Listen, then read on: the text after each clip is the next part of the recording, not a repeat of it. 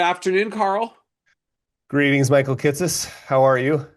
I'm doing well. I'm doing well. I'm excited to get into today's episode though, because I say like it might be a little bit edgy. We're gonna get into a tough topic, and I'm really like genuinely curious what your thoughts and view and position is gonna be on this. Well, now I'm semi excited and semi nervous, which means that something good might happen. Okay. I was say Yeah. I'm that may not have been the best way to set it up to draw you into an interesting conversation. So So here's the situation context. So obviously we do this Kitces Carl podcast, as many folks know. I have a second podcast I do called Financial Advisor Success, where we invite out advisors that have been doing this over the many years to talk The about other, the other podcast. the other podcasts that which otherwise shall not be named. Uh and it's advisors that come out and basically tell the story and journey of how they built their advisory firms and like the things they did that made them successful. And so we had a guest out just a couple of months ago, earlier this year, named Aaron Botsford. The episode was 483. So if people actually want to go look it up, it's kitces.com/483 for the episode. And like if I could kind of sum it up in a word or two, the essence of it was that Aaron was kind of trained in the methods around if you want clients to take action, you need to create urgency, and urgency is driven by emotions, often fear. And Mhm. so a lot of the sort of like tactics and approaches that she used were built around just as I'll frame like how do you get clients much more emotionally engaged around issues. And so for lack of better context, like I'll just give an example here that draws literally what I'm going to say in a moment is like basically quotes from the transcript of the episode that we did. But I feel like I need to give a tiny bit of context first. So, right, Aaron's approach, bring in the couple. She was a woman who, like, Aaron is a woman advisor. She likes to focus on engaging the female of the couple. She had a lot of discussion about like how she does that to try to engage, let's say, like the wife of a traditional couple. Um, and she takes a big financial planning focus and a big estate planning focus. So I'm like, yay, financial planning first focus for engaging clients. Awesome. So she has a particular conversation that is for all like the nerds in the room, Q-tip trust planning. So for those who don't remember, qualified terminal interest property trust. This is the one where you create a trust for your surviving spouse, you put the dollars into the trust, but the spouse has limited access to the principal of the trust. The spouse only gets the income from the trust and may only get the principal under certain terms. And we structure it this way so that you can still get the marital deduction when you leave it there, so you don't have an estate tax bill at first death. But because the surviving spouse has limited access to the principal, uh, you as the first spouse to die can direct where the money goes. And so this is the classic, like if I want to, if I'm a second marriage and I want to make sure my money goes to my kids, but I don't want to impoverish my second marriage surviving spouse in the meantime, I put the money into a Q-tip trust. They get the money while they're alive to use the income for their bills, but then when they pass away, the money goes back to my kids. Right. Right. So Right. that's the technical definition of Q-tip trust. So this is how Aaron would set up the conversation. She says, "Hey, so I Mr. and Mrs. Smith. Like you've told me when you pass away, like you want your assets to be distributed to your children, but let's say this. So Mrs. Smith, let's pretend you die first. Is there a provision in your estate planning documents where if your husband gets remarried, he has to sign a prenuptial agreement with his next spouse or he loses access to your half of the money? Does that exist in your estate planning documents?" So pause for response from clients. Pretty much everyone says either no or I don't understand what this means. So then Aaron will continue on. So let me give you an example. Let's say this is with my husband, speaking on behalf of Aaron. Like this, say with my husband, She's in Texas. So I die. My husband, Bob, now in his 80s, starts dating a 20-year-old Dallas Cowboy cheerleader. And I, Aaron, am concerned that, Wait. Are you, this is an actual quote. yes. Okay, okay, keep going. So my husband, Bob, starts dating a 20-year-old Dallas Cowboy cheerleader. So my son, mine now is like Aaron speaking. So my son Kevin knows that there's a provision in my estate planning documents that if Bob is so delusional that he goes and marries the gold digger, that he has to sign a prenuptial agreement or he loses access to my half of the money because I want to make sure that my half of the money goes to you, my son Kevin, and my three grandsons, your boys. Mr. and Mrs. Smith, does this exist in your documents? And so inevitably, basically every client says, no, but I want that. I want that provision. Like I don't want my money to go to my husband's future gold digger. Like I want to make sure it goes to my kids. Oh, yeah, yeah. And now they are very motivated to engage and update their estate planning documents and become a client and eventually do all the things that Aaron does. And so Aaron was a billion-dollar advisory firm, I think under LPL for most of her years, built a practice successfully for 20 plus years, sold it and exited a few years ago, now does training back to the industry. And so to me, just like the whole discussion was fascinating. There were some folks I think were just aptly concerned. Aaron had a particular approach of talking to just simply like the wife of a traditional couple.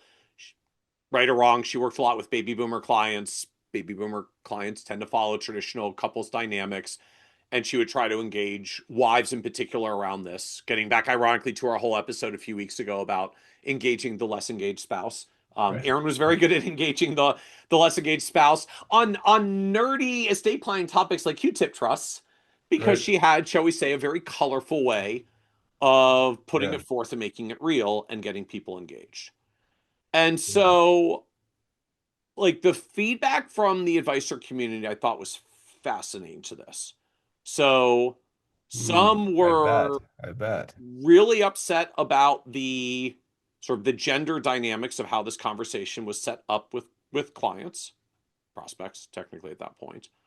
Um some were concerned about the whole framework of fear-based selling, Hmm. kind of I mean what it is. I mean at least like we're not fear-based selling a product, we're using fear and emotions that's why I don't want to have happen to my money to open up estate planning that she doesn't even sell. I mean, like Erin's not a lawyer. She's not getting paid a drafting fee. This was how to engage clients into the Planning. full financial and estate planning process to ultimately work with them as ongoing wealth management clients. But, there's an aspect of this that just I'll call it fear-based selling that some folks were really bothered about. Others said, well, now at least you've got an understanding of what you're up against. When you go and when you go and explain all the nerdy benefits of a Q-tip trust and your client's eyes glaze over, like this is what other people are saying to clients. So good at least for some perspective. Right. And then a few folks, or not even like more than a few, said, yeah, she actually gets her clients to take action, and everybody else is just like talking at clients while they don't take action. I mean, how many others out there consistently get their clients to adopt estate planning document updates and Q-tip trusts? I'm going to venture say not very many, Yeah. and a way smaller hit rate than what Erin's doing with her clients. Yeah. And so to me, just there's I like I've now taken quite a bit of time to sort of set up this discussion and theme, Yeah. but I'm really curious for your thoughts and reactions around this. I guess just this whole framework and approach to engaging clients towards action. Is this the point at which you want me to reply? Hmm.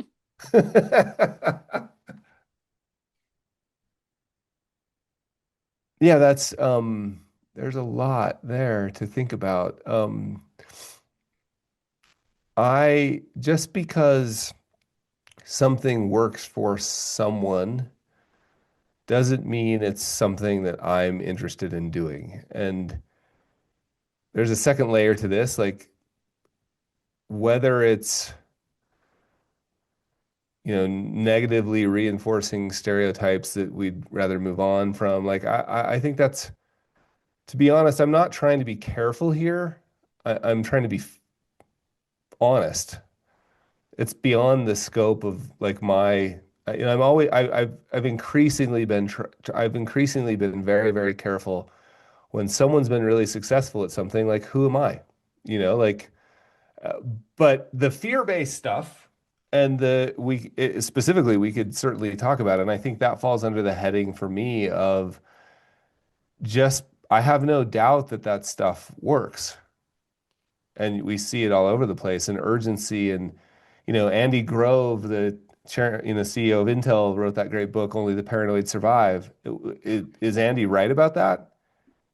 Who am I to say he'd be wrong? It's just not the way I would choose to live. Mhm. And that probably comes at a cost. I haven't built $1 billion RIA firm. I've, to be honest, no interest. And even if I had interest, I'm not even sure I could. Like but I think, I was taught something in this vein, like I remember being, and it was largely around making the problem so complex.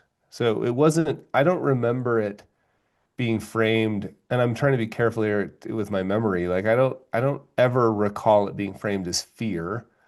I recall it being framed as like complex, and which you could probably see my response to that in terms of my work. But the idea was, and man, I got warned about this so many times. Like I got warned so like, Carl, you're making this too simple. In fact, when the one-page financial plan came out, a lot of financial planners were mad at me because I was making it too simple.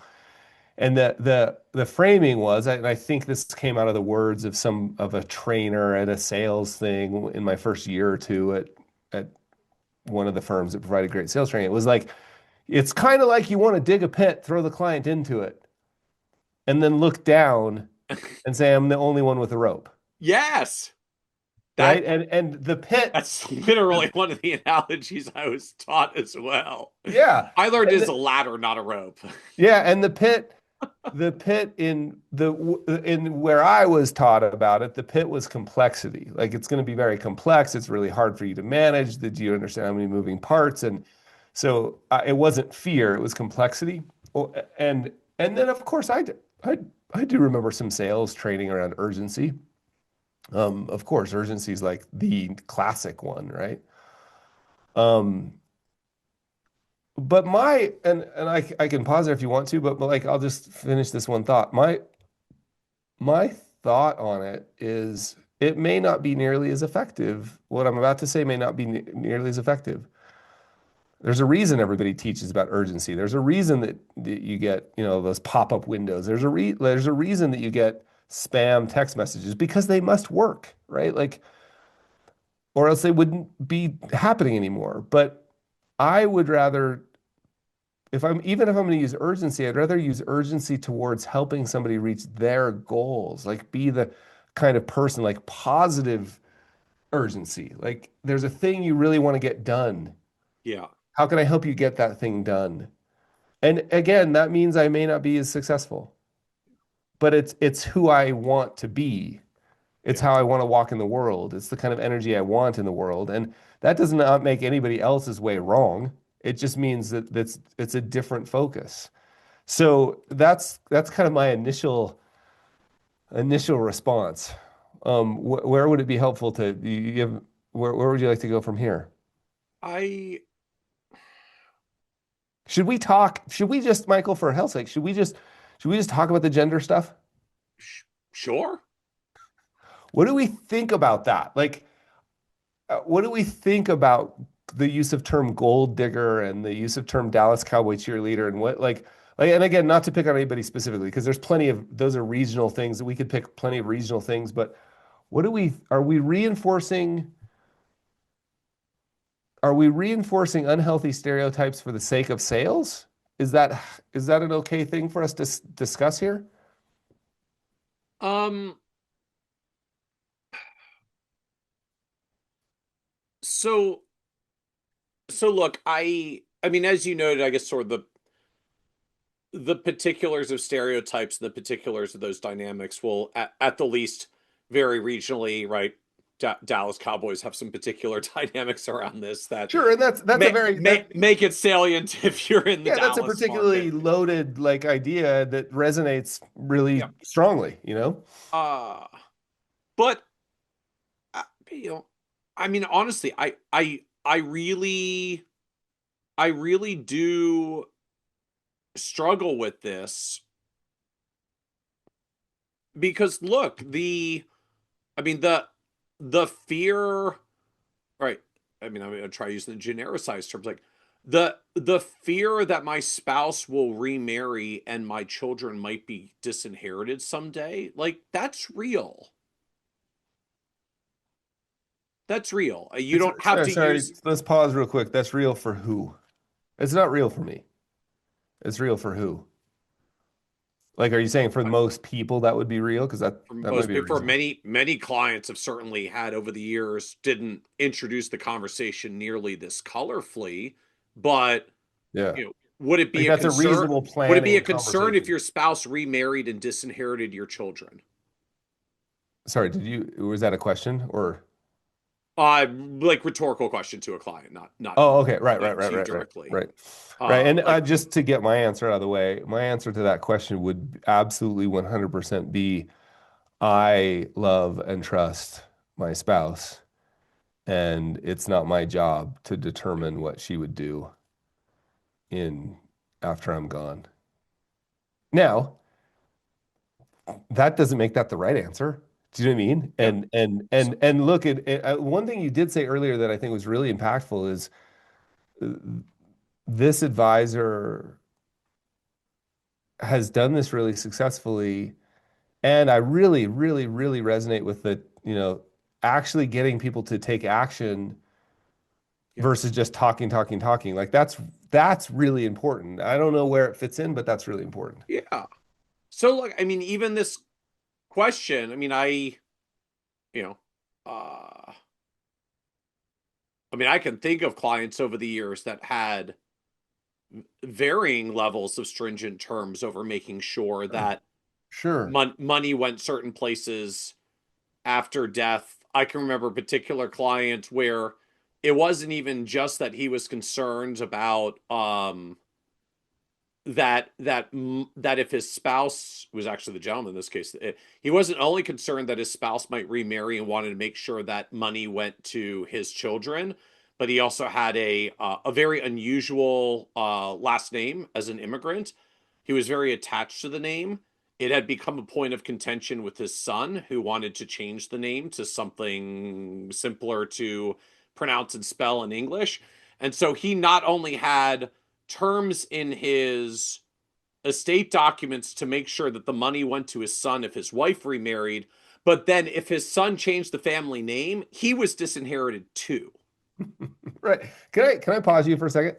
Because I think this is really important. Let me get this principle out and just see, because I don't know if it's right or wrong, but what I felt earlier in that description Yeah. was keep and that example you just gave is a great example. As a financial planner, it is it is my job. I can decide if I don't agree with the values enough that I don't want to be involved in the planning. Like I can decide that. But largely it's my job to help a client implement what they value. Mm-hmm. Like, and so if somebody comes to me with that set of values, this is really important to me. I Mm-hmm. don't see anything wrong with that at all. Like, I can now So, help you implement that. mhm. What I felt a little earlier I felt personally like Okay. I could be in a meeting where I'd be like, yeah, yeah, actually, yeah, yeah. Like I'm suddenly taking on, for the Okay. sake of fear-based selling, I'm suddenly taking on a value that I'd probably go home a So, couple days later and go, wait, that wasn't what was important to me. Does that make sense? so I look, it does. I certainly get the concern of like, wait a moment, are you pushing a value onto me that I didn't actually value? Again, on the flip side, like she wasn't saying this up to sell a life insurance policy where as Sure. long as you don't regret it in the first 3 to 5 days, you're past the rescission period and haha, you're stuck with it forever. I mean, like she's implementing estate plans that she doesn't even implement. It's with the lawyer up the Right. street. Like, Right. aside Right. from the fact that she's engaging clients into planning and estate planning to eventually have them become wealth management clients, there's not even like a personal quick turn sale here, which is part of why I find the Yeah. example particularly interesting in this Yeah. regard. It's in the truest sense, I guess, to me, like it's trying to drive towards create urgency and move action in estate planning, one of the areas that most of us have a lot of Right. trouble Right. getting Right. clients to Right. take action on for all the various reasons that people drag their feet on it. um I mean, I certainly hear you on, right, keep our values off the client's plan and let the clients decide what's valuable to them.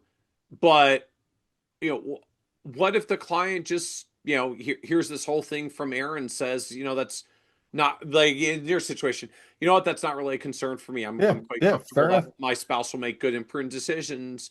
Aaron's like, cool, and she moves on to the next thing because I think But she okay, actually has like so a long list of these. So like, she's yeah. got other things to try out if that one didn't Yeah. happen to create some urgency for you. But I mean, look, in that vein, we're having these conversations with clients to understand their goals and priorities and what's Yeah. important to them and what do they want to take action on. So is this just a different, more colorful way at getting at really Yeah. quickly, do you Yep. actually care Yep. about this or Yep. not? Or at least for a subset of clients that she's serving that apparently are in the market where these are not offensive conversations. Because I'm presuming if she was pissing off clients left and right, she wouldn't be using this tactic anymore, and she wouldn't have grown the business. So for better or worse, Yeah. she's getting in front of clients who seem to resonate to the issue. Yeah, I love that. And I also want to make it really clear, like because this is a specific example that Aaron used with you on your other podcast. That which Um, shall not be named, we're yes. we're being very pointed here, and I want to make it clear that like I appreciate the opportunity to engage in a way where we can investigate slightly Yeah. different views of things without it being personal in any way, because I don't No. feel that way at all. I think like it's very fascinating. I had this conversation with somebody recently in and I can't remember exactly where they were. I think they were in Ohio, somewhere in the they were in a very different place than I live. And we were having a conversation about something, and he said to me, like, that doesn't resonate at all. I haven't had a conversation like that in 10 years. Hmm. And it was a really interesting reminder of like regional differences, Yeah. national differences, even like client-based differences. And so I would be hesitant to We, judge anybody because like and as you pointed out, it worked. Here's the only like the principle I'm curious about is like I think this gets us back to using urgency or fear. Like you can ask a question, and as you put it, it would be just much less colorful and much less boring. Like, is this thing, would it be a concern for you, or either of you, upon your passing, hmm. that your spouse would be remarried? We don't have to use any of this other language, which we Yeah, yeah. your spouse, and then we're back to boring, boring talk, talk, talk, right? Like, but So they like that's to me, like that's kind of the essence of the question. yeah, I I agree. guess it crops up to me, right?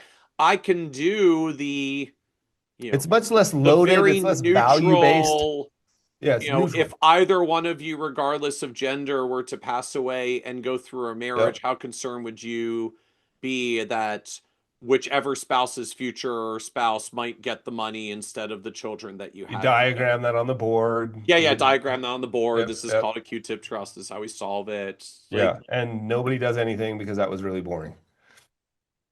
I mean, that's kind of my concern, right? Interesting. Yeah. So if Aaron's version is much more colorful, but and this is at least grace I'm giving the conversation. Just I'm going to assume that the clients that she typically works with find this a normal conversation and a normal setup in their context by Yeah. By the age outcome. or gender dynamics or couples dynamics Yep. or Yep. a region being in the Dallas area. So Dallas Cowboys cheerleaders examples are contextually appropriate. Like just I'm assuming if this was set up with a subset of clients who don't resonate with that family structure and those conversations, she wouldn't have clients and she wouldn't be having the conversation. Yeah, this may be a different conversation in Portland or Los Angeles. You know what I mean? Yeah. Like different examples in San Francisco or different examples and I think that's a really important piece of it. But what do you? Sorry, you were on your way to a point. So I guess look, I don't know I have answers for it. I struggle with an acknowledgement I'll own for myself that I've had the much more neutral versions of these Right. Right. conversations, and it's really freaking hard to get clients to take action.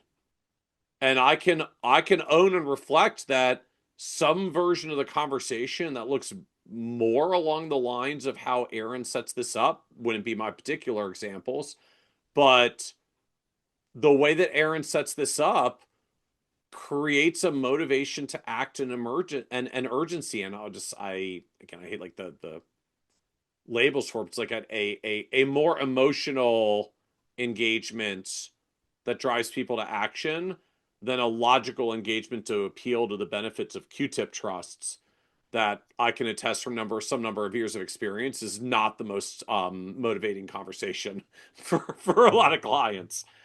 So Yeah, I is I is it I possible don't in know that? what to do with that. Yeah, is it possible? Like, I mean, we can like separate this all back down to just talking about fear and urgency for a minute, but I'm actually quite curious about the specific example of like if a client's not if you describe something to somebody, the functional benefits of something without using any laden language that is intentionally designed to elicit a emotional response, and they don't find it interesting or valuable, is it possible that they just don't find it interesting or valuable? Right? Like Well, is that possible? yeah, is it possible they just didn't find it that interesting, or is it possible that I made it too boring to be engaging, or I Yeah, couldn't it's a good relate it question. into terms and context. I couldn't translate it into terms in a context that would be more relatable Yeah, to them I and what. love that. I think this is a fun conversation because it's such a specific, stark example that's generated a response. Yeah, And one thing, like, let's just get back to something like selling, yeah. like successful selling. What does that mean? And Well, what does it mean in our industry? And how do we, well, and you so look, on the one hand, I mean, I think a lot of us in the advisor world, like that's like a bad word. Like right, selling has some inherent, it's I right. don't know, it's manipulative and all the bad things that come after that baseline assumption. And I mean, I carried a version of that for a long time as well. I mean, Aaron actually used the words at one point, like these are her label was disturbing tracks, right? You're Hmm. trying to disturb the client out of their existing status quo so that they're more. Provoke, disturb, like, Yes. yeah, yep. And I mean, it resonated for me because that was literally the training I had. I mean, Is that like sales, like sales training yeah. I mean, I language? was sales. I came up on the life insurance side, and And they use that that language. particularly back in like the 90s, early 2000s, like yeah, I mean, fear-based selling, fear of death, fear of destitution, like fear-based selling was a thing. And yes, the whole point was, I mean, we were trained in disturbing tracks, various different conversation threads you could open up with the prospect to disturb them out of their status quo inaction, that or like status quo inertia that most of us have as humans, to try to drive them towards action. Now, that version was to buy our variable universal life insurance policy or a fantastic disability policy for physicians with the great ONOC definition, if that was my prospect. Um, Again, to me, the interesting thing is Aaron's context is different because there's not like an insurance product at the end of this. It's engaging clients on the financial planning, estate planning end of things. But it was so on the one hand, like lots of, I guess I'll call them just like skeevy sales tracks that I got trained in, which was part of why I left that side of the business, at least at that time and what they were training. And They were unquestionably effective at getting people out of their status quo inertia and creating urgency to take action. Unfortunately, it was action on things I didn't Gosh, yeah. necessarily Does that mean want to sell. yeah, does that mean we're just pulling, as you just used the term skeevy, like I, we're pulling skeevy sales tactics so, into the profession just and saying it's okay just because it works? so the mindset shift, at least that hit me later in my career, the phrase that I had read, I forget where it was. I think it was Robert Cialdini's work at some point. Hmm. Uh when he talks about sort of selling and the techniques of selling. Uh it's manipulation when you do it in your interests. Hmm. It's persuasion when you do it in their interests. Yeah. Yeah, Right? that's a It's the call a same righteous technique trick. because then he Yeah. goes on and talks about all the tools and techniques of persuasion, which are also like he wrote the book on how to persuade, and Right. it's The also the book. book on how to do manipulative selling because it's literally the same tactics. Right. It's just I joke it's like whether you use the force for The good or for intent. evil. The force is just the force. You choose Yeah. whether to use it for good or evil. That Yeah. there's an aspect here that Huh. look, I got trained in a version of this literally to sell variable universal life insurance and disability insurance. Aaron is teaching a version of it to get people to actually update their estate documents and create Q-tip trusts where appropriate. And based on her experience and success, under the assumption we're making, which I think is a reasonable assumption, using it to get them to update their estate in service of a goal of theirs. Yeah. Yeah.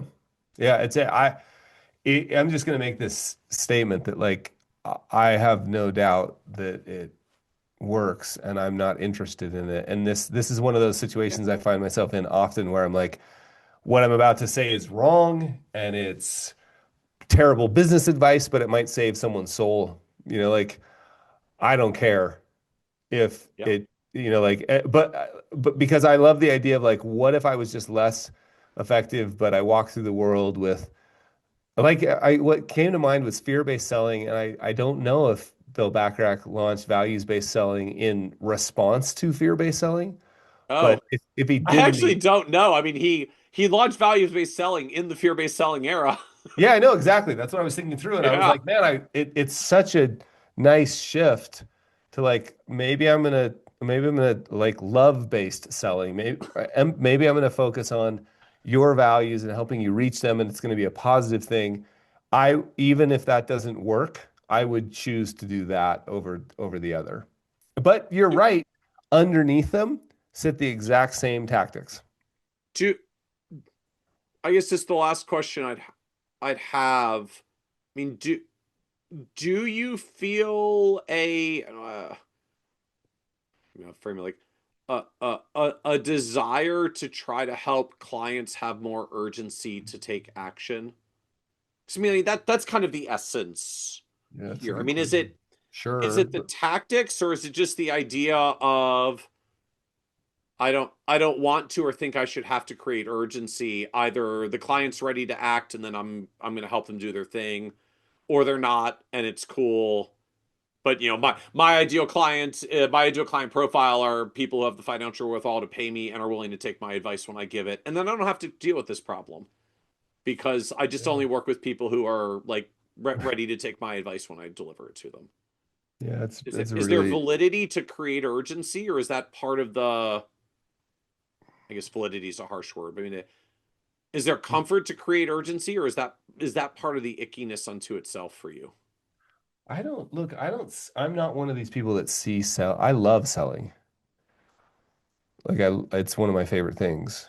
I just I just don't I just love it in a way that makes that I love doing it. I just have to be very careful about doing it in a way that doesn't generate inauthentic behavior that I feel bad about. Okay. And so finding that line, obviously, and to me, it's really clear when I'm helping you get clear about what you really want out of the world and then trying to slowly remove obstacles that stand in your way, which, by the way, I think you're the one who can remove those. I can just ask you good questions about it. And I can say things like, I had this experience with a friend who we'll just call Amy, who had this really important goal and said, in the next 3 years, I want to do this. Hmm. And on further inspection, we were like, what's wrong with 3 weeks? Yeah. And she was like, nothing. Hmm. And she actually did it in 3 hours, like the thing that she had been thinking 3 years. But it wasn't a question of like, you'll feel bad about yourself or some other opportunity will come along that you'll miss, or it was simply just a questioning of the assumption. Yeah. Um, but yeah, I mean, I think it'd be foolhardy to think that the things we're asking clients to do and we are far more prone to putting them off than doing them. Yeah. Even to the degree of just even saving. Like we know the problem with delayed gratification. We know that all those problems. Yeah. And so, yeah, we've got to be at least honest that we're working against, if left to our own behavior, we're probably working against human nature Hmm. in trying to get somebody to, I mean, like the future self problem is a very, Yep. very big problem. Yeah, I guess it's just a question of what techniques am I comfortable with. And I'm trying to be careful here. I mean this. Like I have learned enough about the use of examples and language and regional changes and differences to realize like the last thing I want to do is tell somebody else that their way of doing it is bad. I'm simply saying that way doesn't work particularly well for me, and those examples wouldn't work well where I live. Yep. But other than that, I'm like, that's really but the fact that this generated this conversation is really interesting to me because man, it turns out this probably isn't a problem we can solve. It's probably just a tension we're going to have to manage. And there's going to be, we're each going to have individual lines. But I want to be clear, like I love selling. I'd like to be better at selling. But Blair Enns is my favorite go-to person around selling because it just helps me get more clear around understanding like I'm trying to help you reach your self-defined goals. Yep. And I'm trying to be careful about not imposing using language or techniques or tools. I'm trying not to impose my goals or my view of the world on you. All right. Thank you for the conversation, Carl. That was I knew fun, this would Michael. be an Thank you. interesting thread. Yeah, cheers. Thank you.